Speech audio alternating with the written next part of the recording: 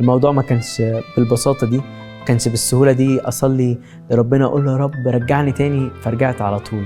أنا كان نفسي في ده، بس ربنا علمني الانتظار، علمني إن أنا أطلبه هو وحده وبس.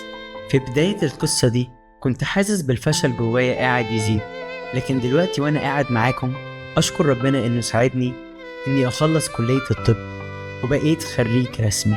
ربنا دايما عنده أحلى قفلة للقصة. وبعد وقت رجعت تاني أعزف، رجعت تاني أتحرك، رجعت تاني أمثل. وأنا بشكر ربنا لأن هو وراني إنه برغم الحاجات دي كلها إنه هو لسه صالح. إحنا طول حياتنا بنقول ربنا شكرا إنك صالح، اشمعنى دلوقتي يا أندرو بتقول لنا كده؟